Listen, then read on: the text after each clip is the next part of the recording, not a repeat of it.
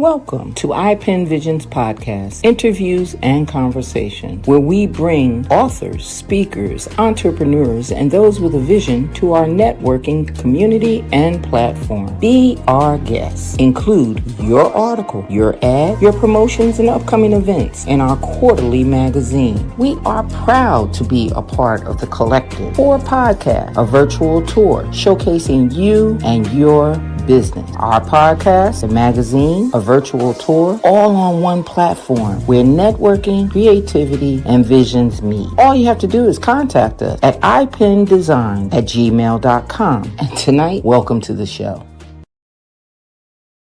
Good evening, good evening, good evening. My name is Nanette Buchanan, and this is iPen Visions, interviews and conversations.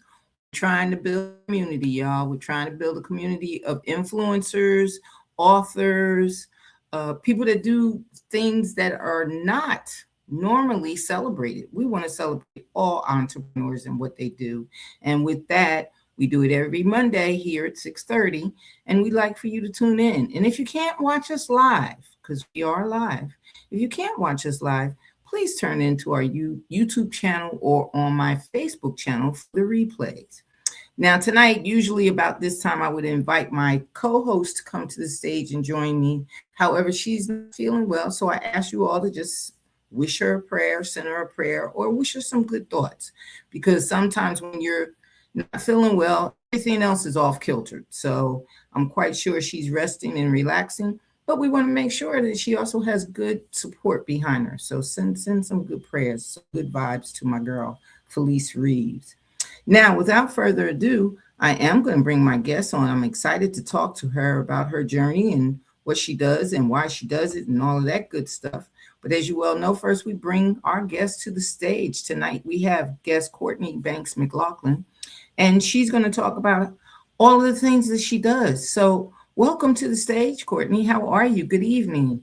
Good evening. I'm doing pretty well. Thank you for having me on iPen. It's truly an honor.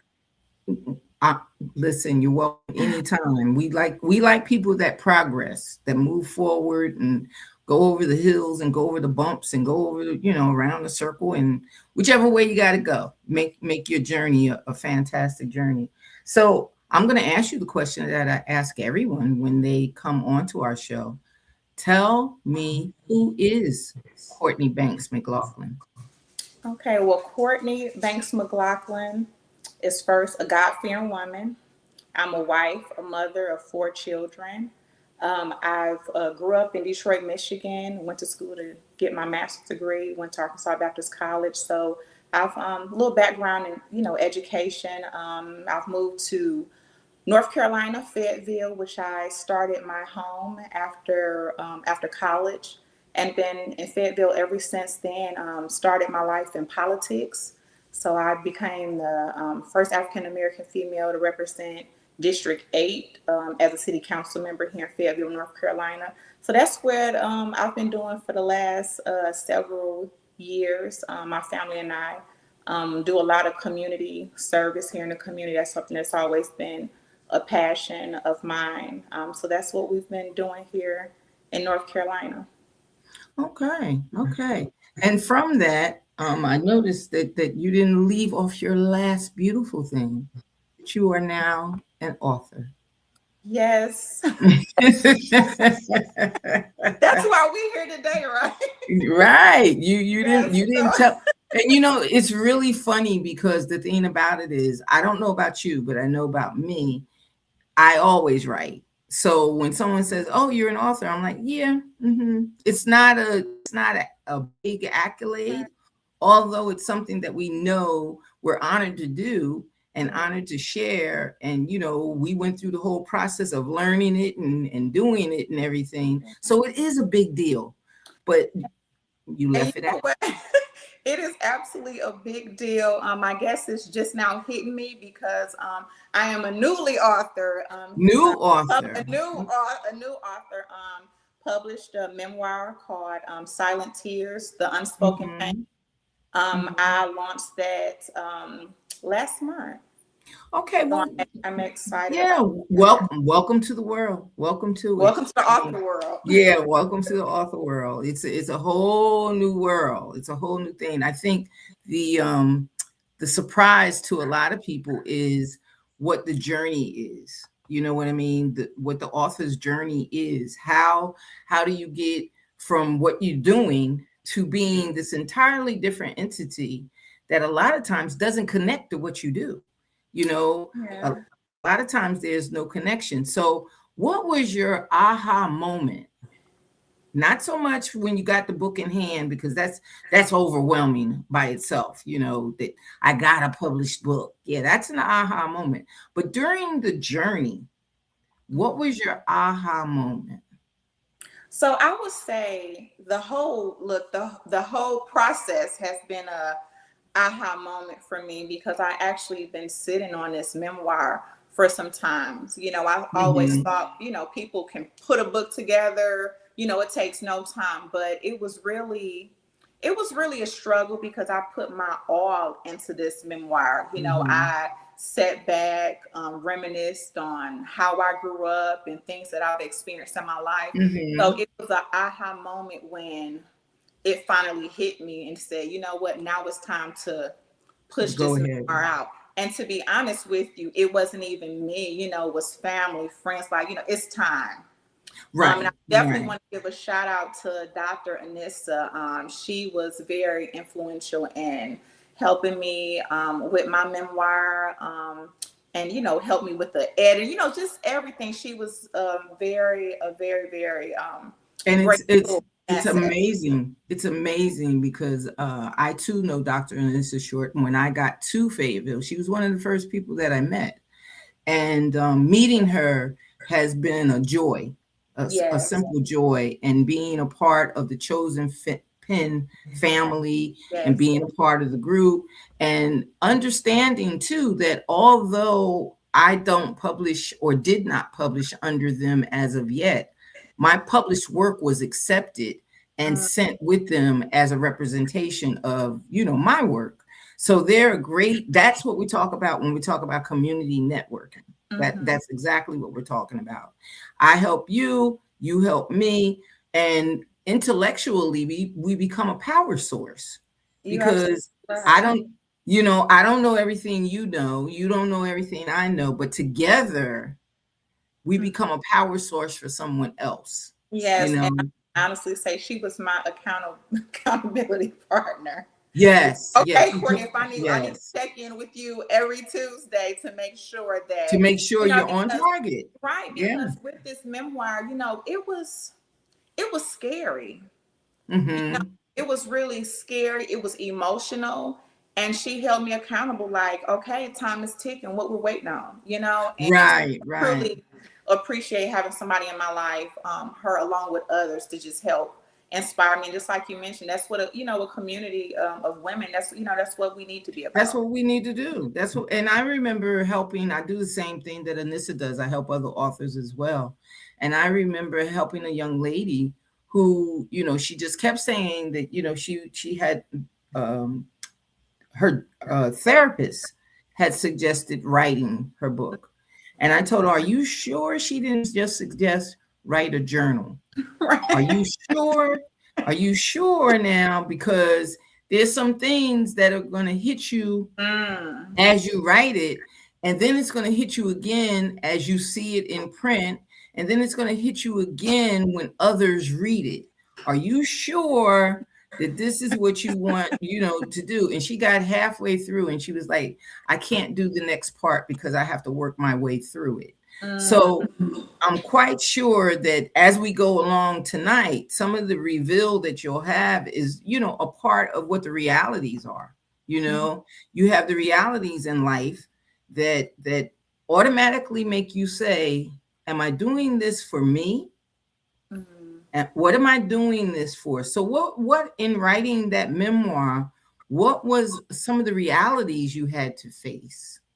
So for me, and it's funny you talk about writing. So I've always written in journals or what we call diaries, um, Hmm. from the time I can remember. I've always done that. When I wrote the memoir, it was for me. It was for me to just put it all out on paper, just to be able to express how I feel emotionally. It also was for my children because I wanted them to, sometimes as parents, we don't tell our children everything that we experience. And I wanted my children to know, although I could have had those conversations with them, but also I wanted to be able to motivate and inspire someone else. Right. Because again, it's about silent tears, things that I've went through silently, keeping a smile on my face and people not knowing what was really going on deep down inside. So it was a combination of myself, children, as well as being able to inspire someone else. And the thing about it is, I think not only the title, Silent Tears, the Unspoken Pain, that says what it is. It's not, we don't have to know the exact thing. We don't have to know the exact reasons. We don't have to know anything, because I think everyone has had unspoken pain. Everyone has spoke about things that bothered them in their past, that's bothering them now, that they reflect on the fact that that's going to be a hurt. That's going to be a devastation. That's going to rock my world a little bit. So I understand, the silent tears, the unspoken pain as a title. But what really got me was, like I said, the silent tears, we could kind of figure out. But then you had the unspoken pain. We can kind of figure it out. Right. And and mentioned, you can have the average person experience some type of pain, some type, something that you're harvesting inside. But also the thing about this memoir too is me telling you about my resiliency, keeping the faith. Right. So I wanted this memoir, I wanted to share my story, but also speak to people and say, despite of what you go through, if you keep the faith, you're going to make it through. Right. And that's what it is.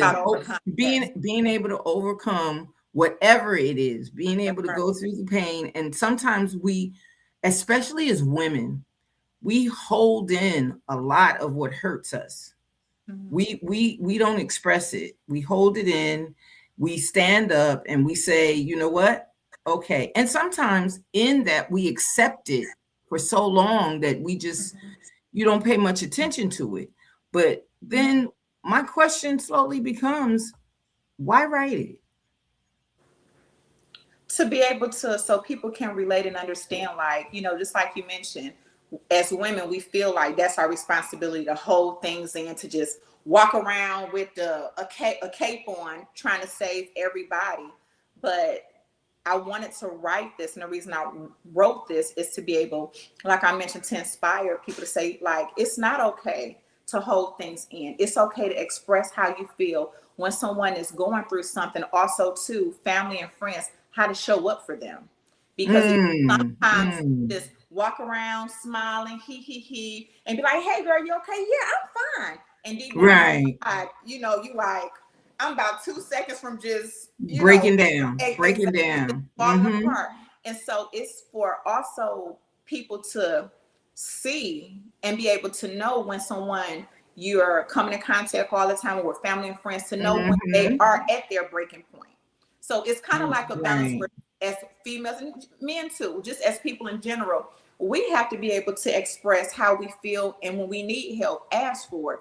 And also in turn, we have to be able to see that someone is hurt and be able to support them in any way that we can. And not only that, like you said, the identifiers are what saves the person from drowning further, or from not being able to overcome, or not being able to think about it. But it always comes to mind for me that the reason why a lot of people they stay in the silence, is because of the embarrassment. The embarrassment, and then the embarrassing part of it, not wanting to be a burden on others, or feel like we've invested so much. Why start over? At least you know what you did. Right. Unfortunately, Right. And you can start over 1,000 times. I remember telling someone, currently on my second marriage, and they were like, well, how did you get the strength to just say that was it in your first marriage? I said, well, after you see a pattern of things happening over and over and over again, and to clarify, the audience, although we talk about substance abuse, we talk about physical abuse, we talk about all of these other abusive things, we very rarely talk about emotional abuse or talk about the silent killer, which is the killer in us to withstand the abuse. We don't talk about that type of abuse, because both of those are silent killers. When your emotions and your internal makeup, your spirit is cracked, when all of that goes on, you can pray, you can do whatever you want, but if you don't make a move to change things, it's hard to overcome. It's hard to be in that seat, and the seat is hot. You don't even want to sit down anymore. You don't even want to, how do you walk away? You walk away because you say, if I don't, I'm gone. The me that you are. So in overcoming, what did you think after you wrote the book? Were you finally able to close the door on that chapter of your life? Because obviously it's still, even though it wasn't a big chapter, it still was a whisper in the background. For you to be able to, compile a book about it, you still had those afterthoughts and those like shoulda, woulda, coulda moments and different things like that. So now that you've written the book, do you feel that you've been successful in putting it away and saying that was, and now this is? It's kind of, to be honest with you, it's kind of hard to say. I mean, even after writing it, from time to time, I go back and read chapters, and and I think, and that's one of the chapters too. I talk about like forgiving, and what was the hardest thing to do is forgive myself. For forgiving myself for allowing myself to be in certain situations, toxic and abusive relationships.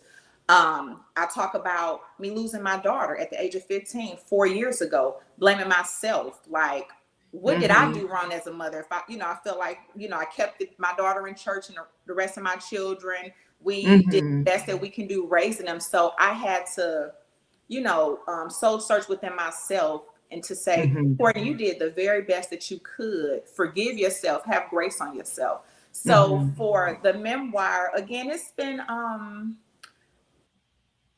it's one of those things where I feel like when I go back and read, I'm like, oh, I can't believe I was in a relationship for so long. Right. But at the end of the day, I look at the situation that I am in now, and I am in a happy place.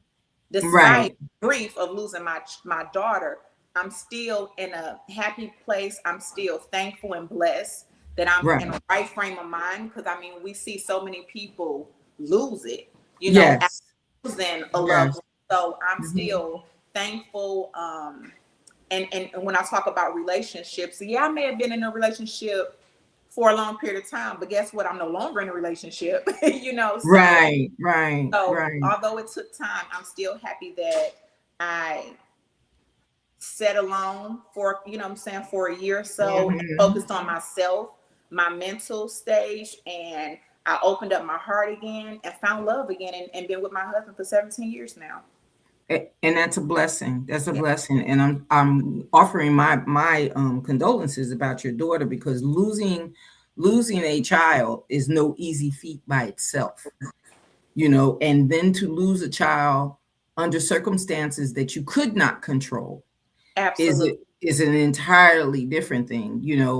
I'm in the same boat. I lost my daughter 3 years ago to an illness, and telling her to go to the doctor and telling her to go to the doctor and telling her to go to the doctor, and her going to the doctor and them not knowing what was going on. And then me saying, well, you need to go somewhere where they do know. If you have to leave this state and go to find out what's going on. And before she got that far with it, she was on the list to go, but before she got that far with it, she was gone.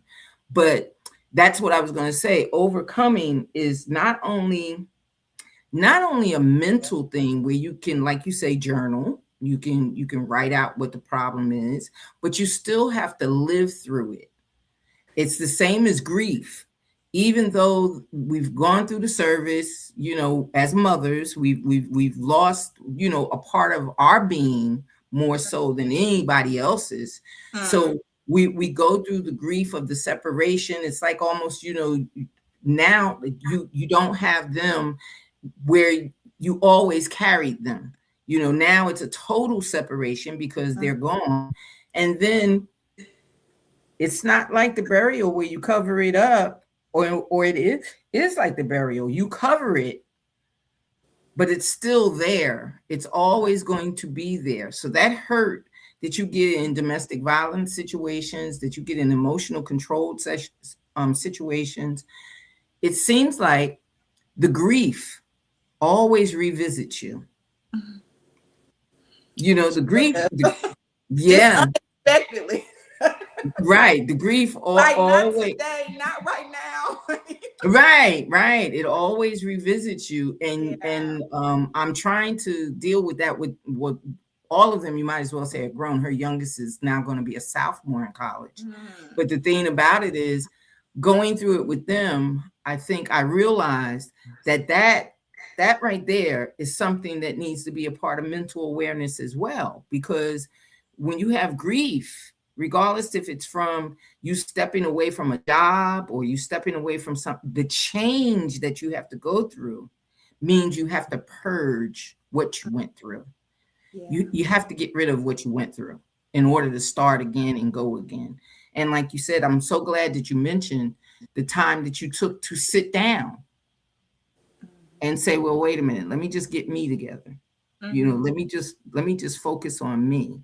Yeah. And still, just as a woman, a mother and a wife, I still do that now, Right. I have to just sit down, shut the world out, and focus on me in a quiet place. And that's what helps me. I know a few things that help me, and I would recommend to anybody, besides therapy, which I do go to therapy, but outside of that, I puzzle, journal.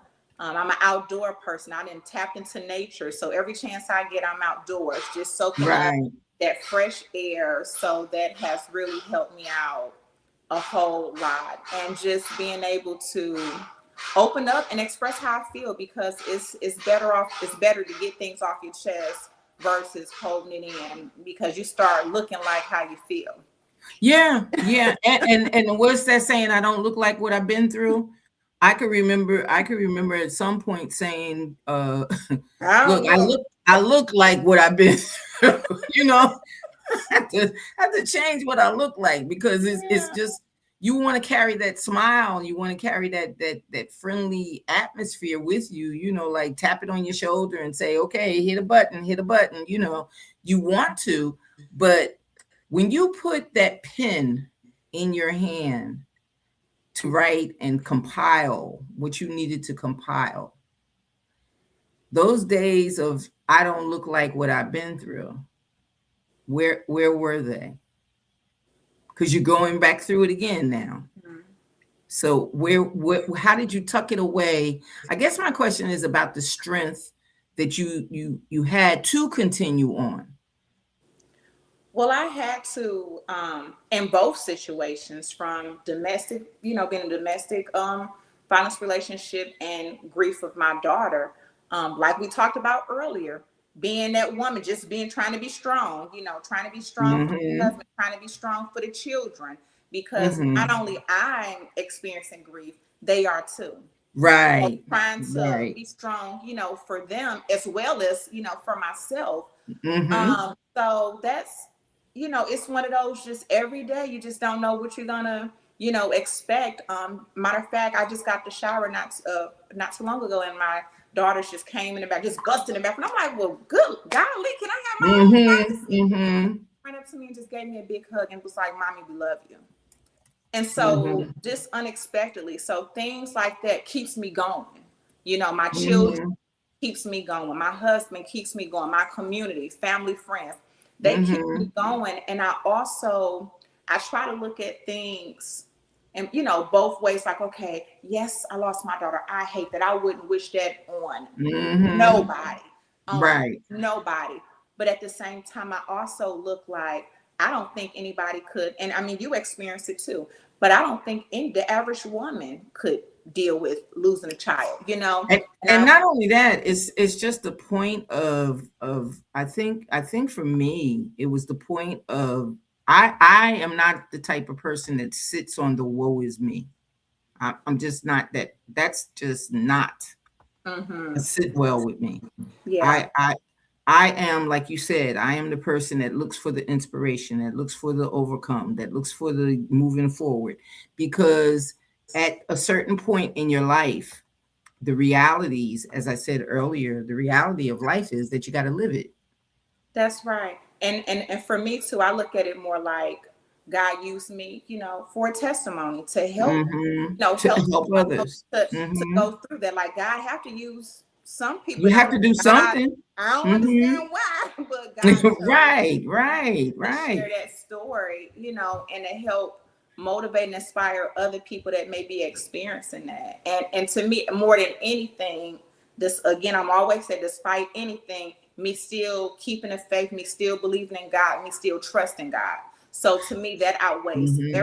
everything. I truly believe that God sees that in my heart. Like, okay, her daughter, I brought her up here to heaven with me, and she still trusts me. I took her Exactly. out of relationships that wasn't, healthy, and she still trusts me, and I'm going to continue. I don't want Hmm. to lose, but no matter Right. what, I'm always Right. keep the Well, not faith. only that, the thing About the thing is too that what you said, if you're a woman of faith, a woman that believes, and I will tell anybody, I believe I'm more spiritual than I am religious. mm, I'm more into the spirit and knowing that the spirit is with me and knowing that yeah. God is with me.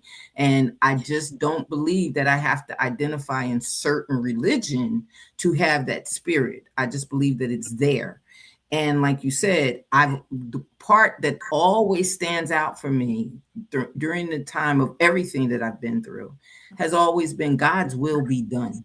Mm, So I even did a post today about how we pray. Stop praying with your answers.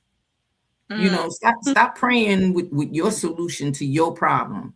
Get up off your knees if you're going to talk to God about you and not talk to God about him or mm, her or whatever your background is or what you call him. Let's just get it clear that if you are a person of faith, then you have to let your faith carry you. And it says God's will be done. So if that's the way you were supposed to go, now what am I supposed to do with it? afterwards. That's right. What you gave me this, you put me here. It may not have been my ultimate purpose, but what do you want me to do with it? Because it's a part of my journey. So I understand that a part of your journey may very well be a sign for other women who are going through the same thing or who have been through the same thing. And Lord knows how many there are that have not only had grief because of the loss of a child, but the loss of a marriage, the loss of a relationship, the loss of themselves. And I think that's the top. you know how far do we lose ourselves before we get those silent tears and we express them? How far along do we go before we lose all of that? So in your writing, I can't imagine that you wrote the pages of your book and there were no tears.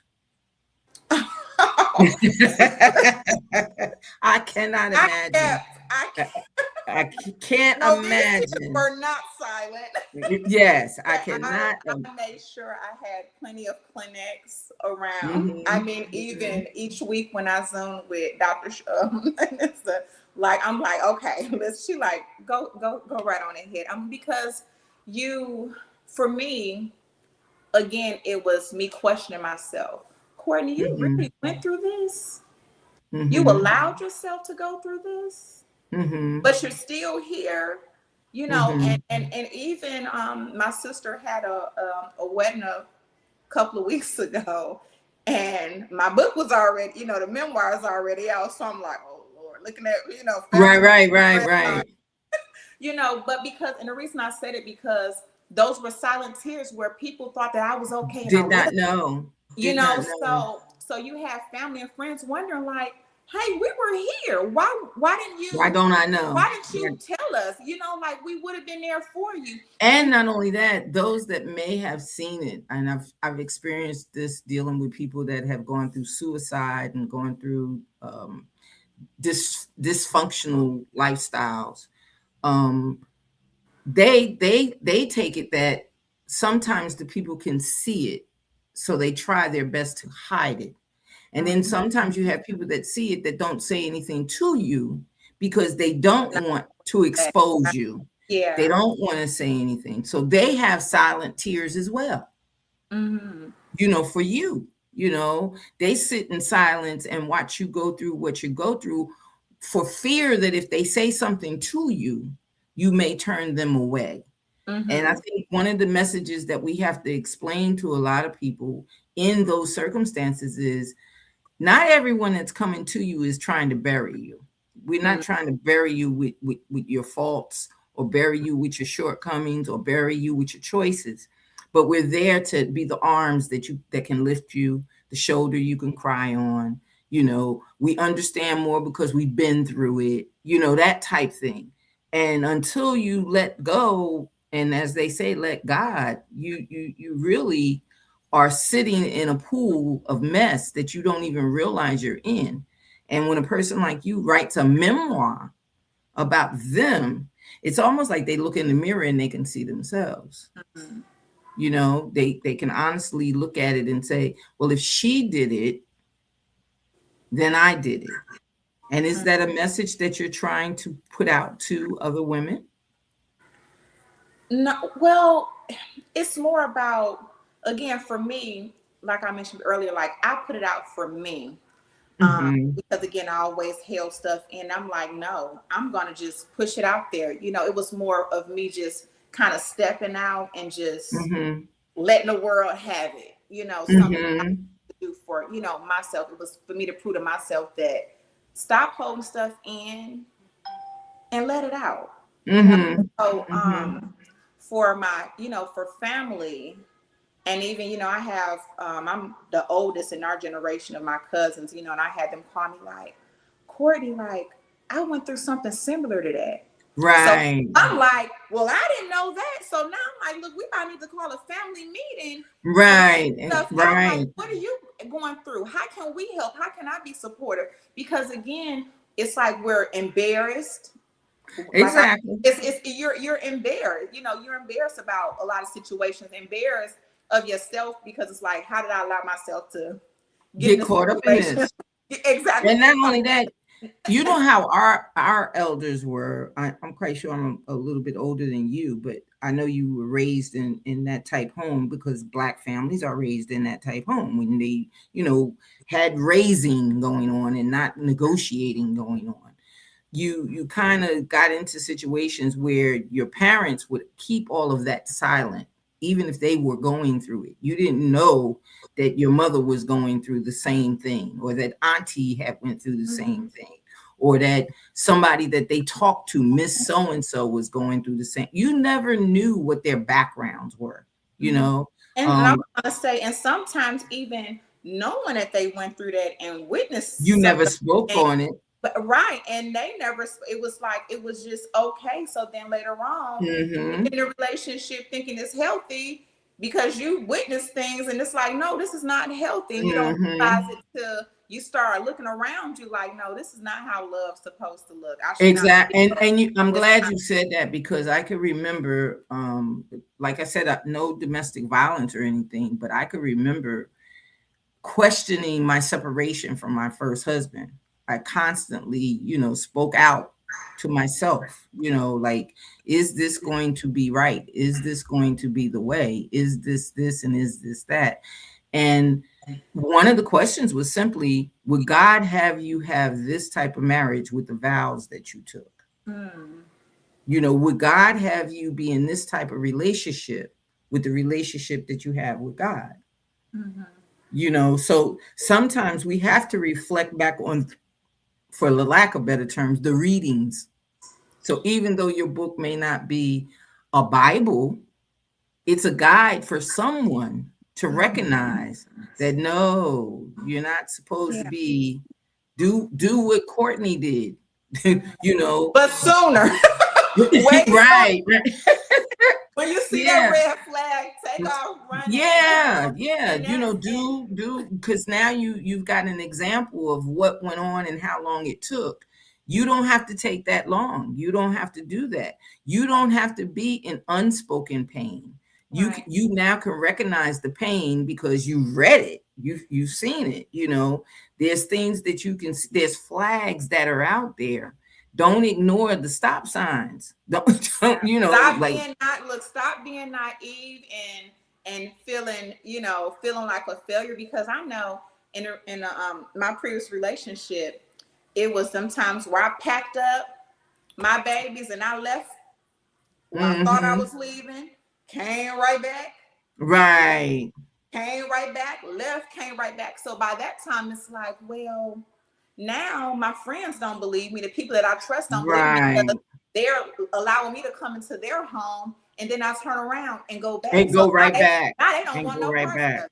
Well, not only that, you have some people, and I've talked to a few ladies that you know, I said to them, well, that's not going to be conducive for your children or you, where he leaves and you open the door and let him back in, you know, or you let that partner come back to the same thing. You didn't even get a chance to clean and purge yourself. Right. You know what I mean? You didn't get a chance to clean your mind. You didn't get a chance to clear your heart. You didn't get a chance to do any of these things. And all of a sudden it's back. And when I teach domestic violence, I always tell everybody, it's like a clock, you know, this happens, that happens, this happens, and it goes all the way around. At 12 is that honeymoon phase where there's apologies. There's, you know, baby, I'm sorry. There's gifts. There's, you know, I love you, I love you, I love you. Can't do without sometimes you. Make it seem like it's your fault. Right. I know I did this, but you know, I know I said this, but you go right around back to that clock, and then it slowly starts ticking again until finally it blows up. You know, and that's the part that you don't want. You don't want it to be so overwhelming on your side where you become the victim of and you explode, or you don't want it to be on his side where he becomes a victim of the system, the courts, the cops, the whatever, because of what he's done. So it's an explosive situation no matter what way you look at it. But when you wrote it and in writing it, did you decide to use your name and the real characters? Yeah, it was. I mean, I didn't put anybody else's name, you know, in there, but it's like, if you know, you know. I mean, you know, I have children, you know, by my ex, and at the end of the day, that's what helped me move on. It took a while, but my children were my first priority. And, you know, as they were getting older, I'm like, I can't continue to go on. Allow my children to see this. I have a son. I don't want him to see or think how he's supposed to treat a woman or receive that from a woman. You know, and do you know? Yeah, you don't want your children to catch it, but you know, I didn't know, and this is something that something came up recently, where boys, when they're growing up and they're watching, and I had a son too, so I knew that leaving my husband at that time, at the age of him being the age of 2, I was going to need help of some sort to raise this boy to be, you know, an ideal model of a man, and understand boys are a little different than girls. You know, he had a sister, and I didn't want him to be doing everything his sister is doing. Hey, you need to get out and do some rough and tough stuff that the boys do. But did you know, or were you aware that children mimic, and I know they mimic what they see, they mimic what they do, but recently I've been watching someone who has a son, and he's mimicking the behavior of the abusive father at the age of 7.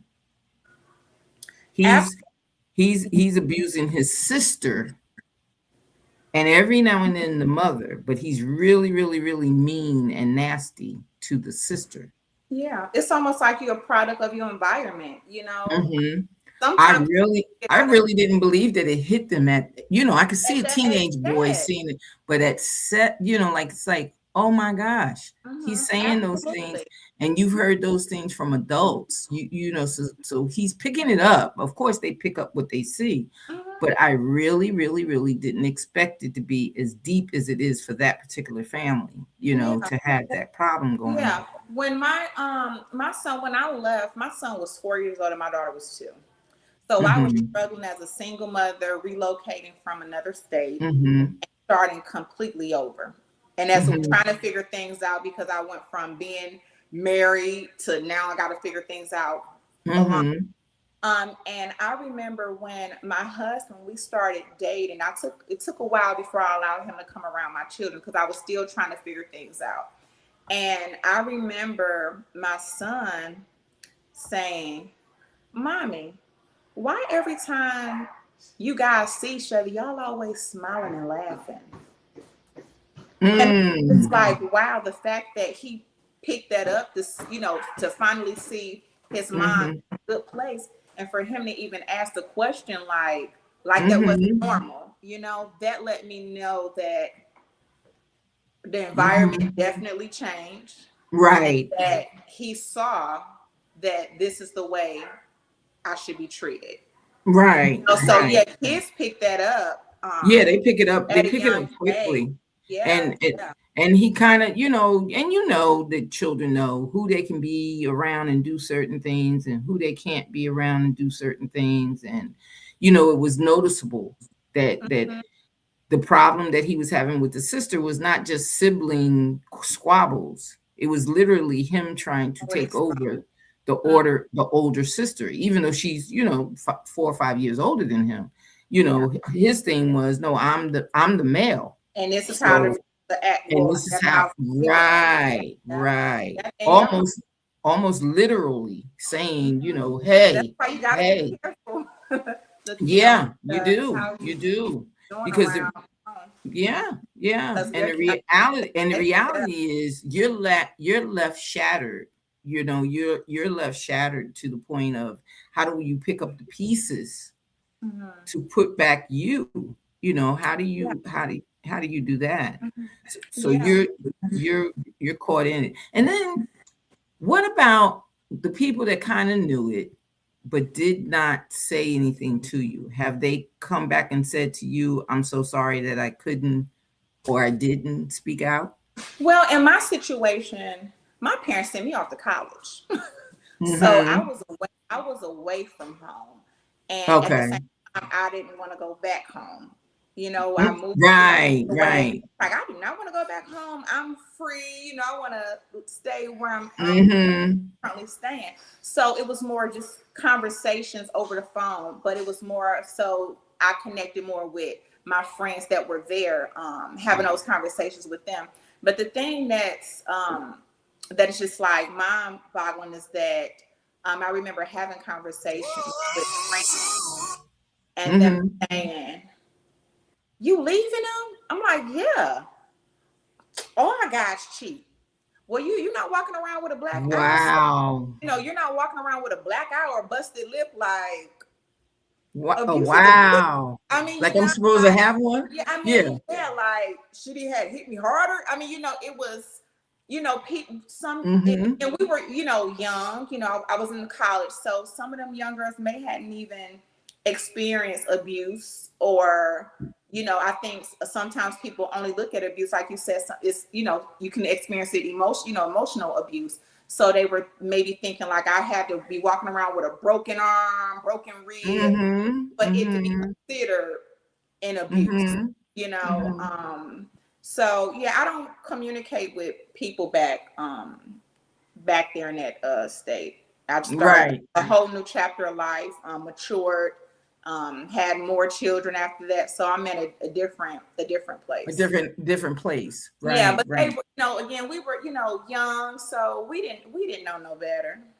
Right, right. And not only that, the thing about it is, like you said, if your surrounding is doing the same thing, if they're having the same situations and they're not moving in a certain direction, you don't even know that you should be moving in a certain direction. You Right. don't know. You look at it and say, well, like you said, is that what it's supposed to be? Is that Mhm. where I'm supposed to be with it? Mhm. So Or thinking, oh well, it don't happen every day. Just once, like it's okay. I can deal with it. No, it's right, right. It's it's unacceptable. unacceptable. It's unacceptable. And that, um, that it automatically starts a new era of us learning how to overcome, learning how not to accept certain things, learning how to not what warrants where we are or why we're here, and then trying to help the next generation not go through it, Yeah. not accept it, especially when you have daughters or even sons, Hmm. telling them that this is not acceptable behavior, this is not a loving situation, this is not what Right. marriage is, this is And not what dating is. Mhm. what's funny is I know like early on in relationship it was, oh, he's calling my phone 24/7. Ooh, he really likes me. Oh, he gets Right, right, jealous. right, Oh, he gets jealous when I wear this. Like not thinking like, baby, this, this is possessed. hmm Like because right. I think young girls and young women feel like, oh, that's cute because he's calling me again, or he's um in our mind thinking that he's showing me a lot of love when A lot that of love. that is control. That is control. Or Well, you talking to right. Or somebody. buying or over giving me an overflow of gifts, giving me an That's overflow of right. money, or Yeah. covering or covering last night's actions or reactions with gifts or money. Yeah. That's a whole total, it's a whole makeup of things, like I said, in that clock, in those Mhm. hours. Especially Mhm. not getting that attention like you needed to at a younger age for some women, So, Right, and right. when something is different, it's like, okay, this is foreign, this is nice. Okay, he's buying me gifts, so he must really, really like me. And again, that's just I think young women being in that naive, that naive situation, not knowing and not realizing, or simply thinking that they can change a person. Mhm. I know Mhm. that's what I thought for a while, that like, you know what, I think I can change him. I'm gonna just keep praying. I'm gonna keep, just being a good woman, being a good wife, and things to get better. And it's like you cannot change, and you can't change. That's up to them to be able to To change. be able to But I change, they have also, to they right. have to recognize it. It's almost unfortunately, and I say it as a metaphor, it's almost like having a bad tooth. You can Mm. have a bad tooth and you can, brush your teeth every day and look at it and see it and say, oh, you know what, it's in the back of my mouth. Nobody will see that it's decaying. Nobody will be able to tell that it's getting bad. And you keep brushing and brushing and brushing, and then you notice maybe the cap fell out or maybe the crown fell out. And you're like, well, yeah, well, I Trying to can get fix it. Go I on and don't pull that tooth out. exactly. We don't pull it out until now it's swollen. Now our jaw is sitting out there, and we're like, well, we don't want Yeah. nobody to know about our jaw because people can see it. Now that people can see it, they see it in your attitude, they see it in your Mhm. actions. Your moods have changed. The Mhm. way you talk has changed. You're snappy with everybody else, but you got to be unsnappy at home. You can't say anything back at home. You got control there at work or wherever you go, but you have no control in your home. you Yeah. know but if the tooth is hurting, believe me, the first time you got that sign of pain, it's gonna get worse. Yeah. It's What gonna they say, put a clove on it. it's gonna get worse. When you got that first initial twinge of pain, you better go ahead and make that doctor's appointment Mhm. because you're gonna need it. You're gonna need that. So tell us, where can people look for you and what you do in the community, some of the things that you do as far as community? I understand about you saying, like, helping others overcome their situations because you have released your book now. But what are some of the community things that you've done prior to that? So, okay, first I'll go back to the beginning. So, they can follow me on any platform on social media at Courtney Banks McLaughlin to purchase the memoir. It's on Amazon. Again, that's Silent Tears, The Unspoken Pain. When it this being me being in the political world, a lot of things that I've focused on has been women, family, veteran. My husband a veteran, so tying into veterans. I do a lot of mentoring with the youth because I believe it starts. It starts with right. Yeah, so I do. I was appointed by the governor to serve on the Governor's Crime Commission. So I do some things on a state level, making sure they get the funds, the different cities, to make sure that they have everything they need as it relates to public safety in the community. Okay. Yeah. So a lot is. It's kind of hard to put it all in a nutshell. But, yeah, and not only that, there's so many branches on the tree that you stand for. You got so many branches, and then from those branches, you got leaves. You got all of that going on, and that's why you're on this platform, because we want to make sure that people understand, in order for that tree to be comforting to everybody, with a little bit of shade and providing, what it has to provide for nature and everything else, somebody has to plant it first. It's got to be planted. And, with you doing what you do, and exposing some of the things that you went through. In other words, you're not a planter who hasn't gotten their hands dirty. Those artificial plants don't look as good as the real plants. When you walk up close. Right. When you walk up close, you're like, wait a minute, you standing a little bit too tall. You're supposed to have a little bit of limp in the leaves, or a little bit of signs of wear and tear, because as we said in the beginning, we don't look like what we've been through.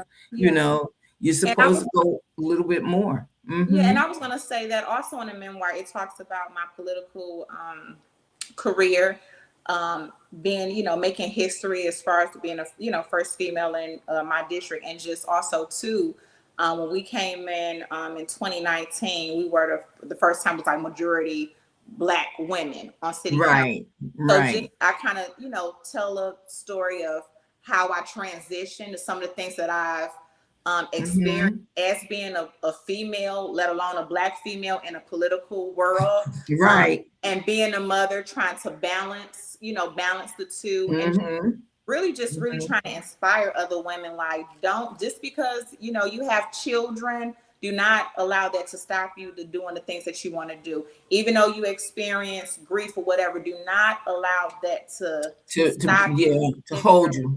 And one thing too I want to mention, and I go through this still today, I'm working on this as far as living my life. I remember, like when my daughter, when she passed away, again, we talk about grief, it just kind of comes and go, emotions come and go. And it was days that I was grieving, I was hurt, couldn't get out the bed. But then there were also days where I was in a happy place. And I was afraid to even show happiness, me being happy or me being in a good place. Didn't want to, for a while, I didn't post on social media, because I thought to myself, if I showed or posted a picture of me traveling, enjoying myself, what would the world think of me? Right. When it was like, that's what therapy was to me, traveling, being outdoors. So I want to leave with also saying that even though you experience grief, whatever grief that you're experiencing, it's still okay to live life. And not only that, it's okay to have, like you said, the silent tears. It's okay. Sometimes it's okay to show those tears. Yeah. And I had a friend tell me that she was like, if you don't, because I was holding things in with my children. I remember times my bathroom and my closet is my spot. And I would be there boo-hooing, laid out on the floor, and I would hear my kids knocking, trying to get in. I'm hurry up, pull myself together. And this is exhausting. Trying to flip back and forth. The bags, clearly they can see these bags. And got to the point, a good friend of mine, she said, if you want to cry. It's okay. So now I'll be crying. My kids will come and hug me, and sometimes they'll cry with me. Sometimes they'll wipe my tears. And then I finally get myself together, and I move on to whatever it is to the next. So until the next time, so it's definitely good to cry. It's good to let And it not only that, out. I'll say this for anyone that's going through, especially grief or separation. The separation anxiety is real. The grief anxiety is real. And it has no shut off valve. It shuts off when it wants to shut off. And that's only when you're able to go through it. It's almost like if you have a pain that's like they say, well, this is something you're gonna have the rest of your life. You know, you twisted your ankle, and now your ankle is weak in your older age, and you're trying to figure out, well, fix my ankle. No, we should have fixed that ankle years ago. That should have been done years ago. And since you didn't do it, now you got a slight problem. Every time it rains, your ankle talks to you. Every time you stand too long, your ankle talks to you. Well, just like knowing that you have that type of pain, or you have that, people know when you're going through whatever you're going through. They can tell your emotional roller coaster is working, you know, and we all have one. But I want to say this for you, as well as the people that have children. You have to remember, especially if it's their first death, and especially if it's a death of a close relative or close friend. It could be a friend of theirs. In this day and age, we have kids that are losing their friends. So you have to remember that grief is one of those things that doesn't show up all the time the day of. Sometimes it takes years for them to accept it. My grandchildren, my daughters started their locks when they were younger. One being 25 and the other being 22. This year, ironically, the male child was already working. He's already in the work field. He came over, he didn't have his locks. And I'm asking him, oh, whoa, what happened? He said, I had to let it go because it was so attached to mom. Now, 2 weeks later, I go to my granddaughter's graduation. She has cut her locks. No communication between the two of them. And I said to her, why? She said, well, you know, mom started those locks, and I think it was time to she said, I put them in a bag, but it's still time to let them go. Wow, good for that. I mean, it just. But you have to allow that, Right. allow it to go through the process, because even though now, and they both took in a deep breath as they were speaking it, you know, so you could tell that this was something, the silent tears, the unspoken pain. You know what I mean? These are things that we wouldn't experience because we're not the children. You know, I'm the grandmother. So we still have to allow the unspoken pain and the silent tears. And I wanted to tell you that so that I could thank you, because a lot of times people don't label it as such. You know, they call blue, royal blue, light blue, sky blue, navy blue, but they're not saying blue. You know, and in this case, you have called it what it is, the unspoken pain. It is. And I didn't recognize it in them because they wore their hair like that for so long, you know, put it in different styles and do different things. And when they both cut it off at the same time, and I said to my granddaughter, I said, you know, your brother just did that. She said, really? So she didn't even know. Yeah. They didn't even. Said, it was time. Wow. It was time. So this is the transition that they're going through. And I said it even to my son. I said it to him. I said, they're slowly going through it. You know, you could tell that this is another phase. You know, they went through the phase of not speaking. Nobody's speaking to me. You know, I don't want to hear it. I don't want to talk about it. Now, something else, isn't it? Exactly. So the thing about it is, it's a part of life, the chapters that we have to go through. And when you do such a fantastic job as you did of saying, hey, I'm going to write this, and even though it's my story, it's going to help others get through their story, I commend you. I really do. You know, that's a hard task, because a lot of times people don't want to hear it. Oh, you did that, and that ain't got nothing to do with me. Yes, it does. Yes, it does. Because I mean, we all go through different things, but it's just like you said, this is my story telling you what I've experienced and what helped me, in hopes that it will bless you. In hopes that it will bless you. Yes. yes. It Because doesn't, yeah. I know with my daughter, it took me a while. I remember bumping heads with my sister. She like, I want to go in her room. No, off limits. Oh, Husband can't go in her room. Kids can't go in her room. No, only me. Nobody can step foot in there. I mean, I remember my husband went in that room, my daughter room. Oh, we don't lie. I don't say I could tell you what I could have did to him going in that room. But I had to understand. He needed it too. He needed it too. My He daughter, needed it too. my one daughter, I looked up, she had her scarf on. I could have about snatched her, like, why do you have that on? Why are you wearing her shirt? Why are you this? But it's like, that's their They needed too. They needed that too. So now I'm like, hey, we'll go in there, lie in the bed, we'll talk about, I mean, but that was just a different phase, you know. Going through the phases. That's right. That's right. That's right. The unspoken pain, the things that we have to do. And I want to thank you for being our guest tonight.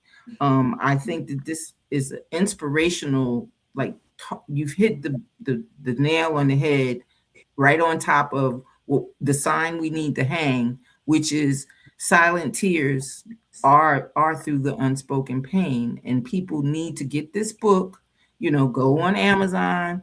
Put the title in and it'll pop right up. You'll see it. You don't even have to look hard. It's not one of those books that's in hiding. So you can, go to her email her.